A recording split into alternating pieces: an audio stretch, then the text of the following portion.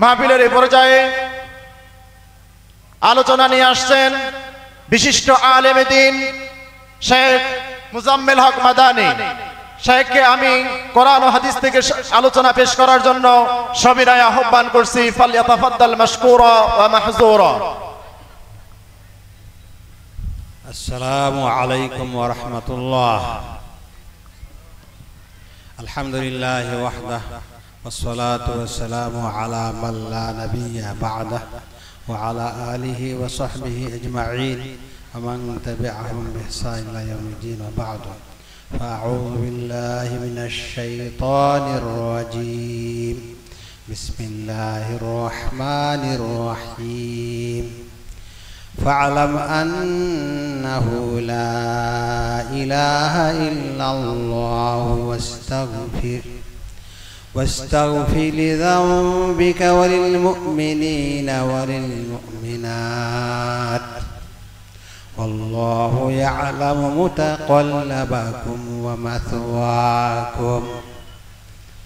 وعن عثمان بن عفان رضي الله عنه قال رسول الله صلى الله عليه وسلم من مات وهو يعلم أنه لا إله إلا الله دخل الجنة أو كما قاله عليه الصلاة والسلام.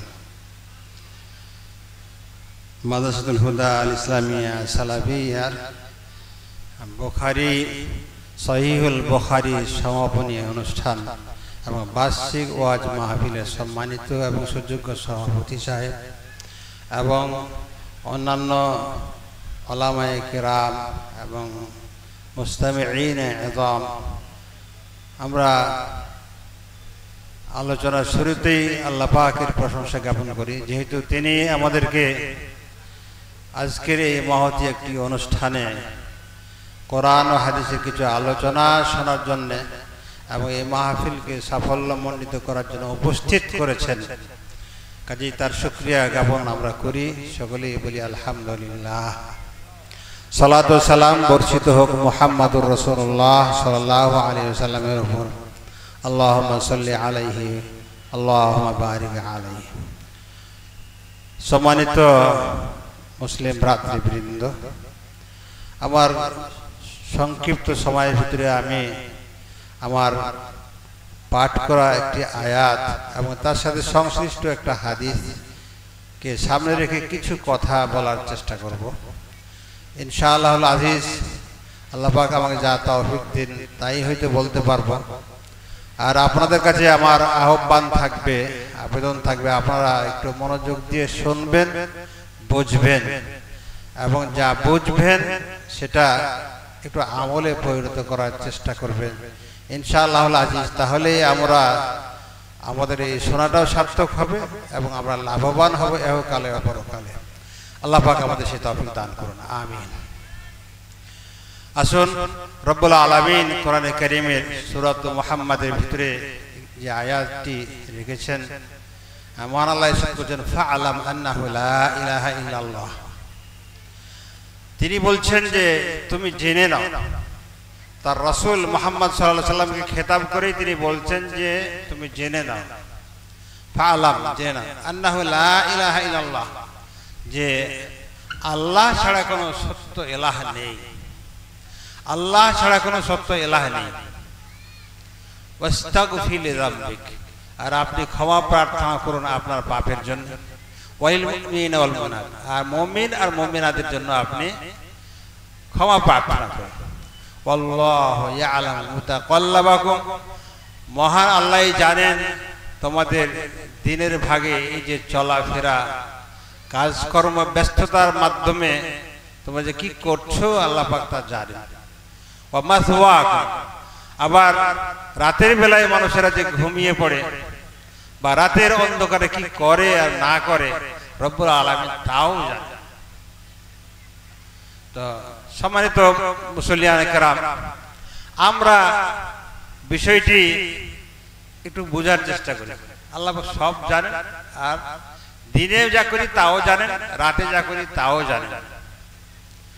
আর আপনারা আমরা হচ্ছে মুহাম্মদুর রাসূলুল্লাহ সাল্লাল্লাহু আলাইহি ওয়াসাল্লামের উম্মত। মুহাম্মদুর রাসূলুল্লাহ সাল্লাল্লাহু আলাইহি ওয়াসাল্লাম ছিলেন নিষ্পাপ, রব্বুল আলামিন তার কি পাপ ছিল না ছিল আল্লাহ ক্ষমা করে এটাকে নিষ্পাপ ঘোষণা করেছেন। কিন্তু এবং এটা কোরআন কারীম থেকেই জানা যাচ্ছে আপনি আমি নিষ্পাপ নই, কোনোভাবেই নিষ্পাপ নই। তাছাড়া আমাদেরকে নিষ্পাপের কোনো গ্যারান্টি বা নিষ্পাপ আমরা এরকম কোনো ভবিষ্যৎবাণী বা কোনো বাণী রব্বুল আলামিনের পক্ষ থেকে আমাদের কাছে আসেনি। কাজে আমরা তো গুনাহগার, প্রত্যেক মানুষ গুনাহগার, আমরা গুনাহগার। তো রাসূলুল্লাহ সাল্লাল্লাহু আলাইহি ওয়াসাল্লামকে জানতে বলা হলো যে ফা'লাম আন্নাহু লা ইলাহা ইল্লাল্লাহ। আসলে তো রাসূল সাল্লাল্লাহু আলাইহি ওয়াসাল্লাম জানতেন, তিনি তো জানতেন, তিনি তো রাসূল, তিনি তো নবী। তিনি জানেন না এমনটি তো না, তিনি জানেন। কিন্তু তাকে জানতে বলার মাধ্যমে বলা হচ্ছে তার উম্মতকে জানতে। আপনি আমি তার উম্মত, আপনাকে আমাকে জানতে হবে, বিষয়টা জানার। ইমাম বুখারী রাহিমাহুল্লাহ তিনি অধ্যায় রচনা করেছেন বাবুল ইলমি ক্বাবলা আল কওল ওয়াল আমাল। আপনি বলবেন, কোনো কথা বলবেন, কোনো আমল করবেন, তার আগে আপনাকে জানতে হবে, তার আগে আপনাকে বুঝতে হবে, তার আগে আপনাকে বিশ্বাস করতে হবে, তারপরে আপনি কাজটা করবেন। তো জানার বিষয়টা এখানে খুবই গুরুত্বপূর্ণ। এই জন্য তিনি তার নবীকে মুখাতাব করে সম্বোধন করে তার সকল উম্মত, কে নারী কে পুরুষ, কে কি অবস্থায় আছে, শুধু পাগল না হলে সবাই বিষয়টি জানবে যে আল্লাহ ছাড়া কোনো ইলাহ নেই, আল্লাহ হচ্ছেন সত্য ইলাহ, আর যত ইলাহ দেখা যায় সবই বাতিল। লা ইলাহা ইল্লাল্লাহ, আল্লাহ ছাড়া কোনো সত্য ইলাহ নেই, এটা জানার বিষয়। জানলে কি লাভ হবে? জানলে কি লাভ হবে? মুহাম্মদুর রাসূলুল্লাহ সাল্লাল্লাহু আলাইহি সাল্লাম একটা হাদিসে বলেছেন, সহিহ মুসলিমের ভিতরে হাদিসটা রয়েছে, উসমান ইবনে আফফান রাদিয়াল্লাহু আনহু থেকে হাদিসটি বর্ণিত। তিনি বলছেন ঠিক এইরকমই কথাটা। তো এখানে রাসূলুল্লাহ সাল্লাল্লাহু আলাইহি সাল্লাম বলছেন মান মাতা ওয়া হুয়া ইয়ালাম, এটা লোক মরে তো সবাই যাবে, মরবে তো সবাই, কিন্তু রাসূল বলছেন মান মাতা, যে ব্যক্তি মরল ও হুয়া ইয়ালাম, আর মরার সময় সে জানছে, আগে সে জ্ঞান অর্জন করেছে, লা ইলাহা ইল্লাল্লাহ জ্ঞান অর্জন করেছে, শিখেছে, বুঝেছে, এবং এই অবস্থায় তার মৃত্যু আসে, সে জানছে। কি জানছে?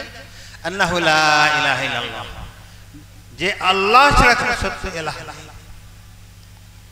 অর্থাৎ তাওহীদের পরিপূর্ণ জ্ঞান তার ভিতরে আছে, তাওহীদের জ্ঞান নিয়ে সে মৃত্যুবরণ করছে। তো রাসূলুল্লাহ সাল্লাল্লাহু আলাইহি ওয়াসাল্লাম বলছেন দাখালাল জান্নাহ, সে ব্যক্তি জান্নাতে প্রবেশ করবে। সুবহানাল্লাহ। লা ইলাহা ইল্লাল্লাহ আসলে জানার বিষয়, শুধু বলার বিষয় না, জানতে হবে, আগে বুঝতে হবে, বিশ্বাস করতে হবে, তারপরে বলতে হবে। এটাই তো ঈমান। আপনি বুঝেন না, পাগলে যদি কিছু বলে, পাগলের কথা কোনো দাম আছে? তারা পাগল তো বুঝে না, না বুঝে বুঝে। তো যাই হোক, এখানে দূর দূরান্ত থেকে অনেক খ্যাতিনামা উলামায়ে কেরামকে আমন্ত্রণ জানানো হয়েছে। তারা আপনাদেরকে খুব সুন্দরভাবে ইনশাআল্লাহ কোরআন হাদিসের আলোকে আলোচনা করে শোনাবেন। আর আমার সংক্ষিপ্ত সময়, বেশি সময় নেই, তার মধ্যে আপনাদেরকে এই একটা জিনিসই বলে যাচ্ছি যে জানার বিষয়। জানবেন কি দিয়ে? জানার বিষয়টাকে আমরা সবচেয়ে ইগনোর করছি, অবহেলা করছি। জানার বিষয়টাকে জানছি, তো জানছি, কিন্তু অন্য কিছু জানছি। আমাদের ভিতরে শিক্ষিতের হার এখন কম না, আলহামদুলিল্লাহ। অনেক matric pass, inter pass, degree pass, masters pass, বিভিন্ন ধরনের পাস, দাখিল পাস, আলেম পাস, ফাজিল পাস, কামিল পাস, আরো বিভিন্ন ধরনের পাস, অনেক ডিগ্রিধারী, কোয়ালিটি সম্পন্ন অনেক লোক রয়েছে, কিন্তু ইলম, সত্যিকারের ইলম কিন্তু আসলে নেই।